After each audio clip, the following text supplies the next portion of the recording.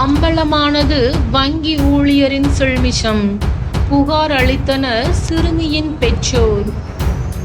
தர்மபுரி மாவட்டம் பாப்பிரெட்டிப்பட்டியைச் சேர்ந்தவர் ஆனஸ்ட்ராஜ். வயது 27.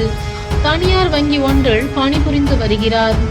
இவருக்கும் சேலம் மாவட்டம் ஓமலூர் பகுதியைச் சேர்ந்த பெண்ணிற்கும் கடந்த 6 மாதங்களுக்கு முன்பு திருமணம் நடைபெற்றது.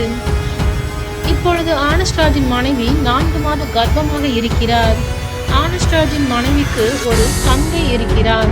அவர் ஒரு சிறுமி. சிறுமிக்கு சில நாட்களாகவே உடம்பு சரியில்லாமல் இருந்துள்ளது. வீட்டிலேயே முடங்கியும் சோர்வும் படுத்துள்ளார்.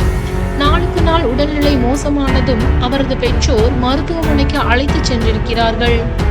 அப்பொழுது டாக்டர்கள் அவரை பரிசோதித்து சிறுமி 2 மாத கர்ப்பமாக இருப்பது தெரிய வந்தது. இதனால் அதிர்ச்சியடைந்த பெற்றோர் சிறுமியிடம் இது குறித்து விசாரித்துள்ளனர். அப்பொழுது அக்கா கணவரான ஆனஸ்ட்ராஜ் தன்னிடம் பாலியல் ரீதியாக அத்துமீறி விட்டதாக அழுது கொண்டே கூறியுள்ளார்.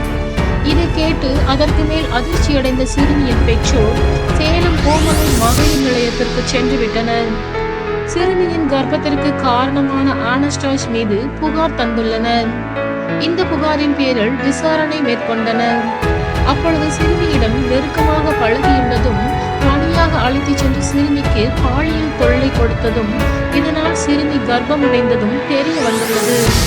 ஆனால் இந்த விஷயத்தை சிறுமி தன்னுடைய வீட்டிற்கு தெரியாமல் மறைத்து வைத்த நிலையில் உடல் நலக்குறைவால் விவகாரம் வெளியே வந்துள்ளது.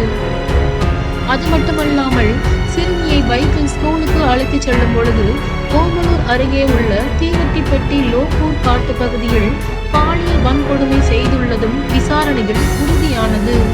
இதையடுத்து பெற்றோர் தந்த புகாரின் பேரில் போக்சோ சட்டத்தின் கீழ் வழக்கு பதிவு செய்த போலீசார் ஆனஸ்ட்ராஜ் கைது செய்து ஜெயிலில் அடைத்தனர்.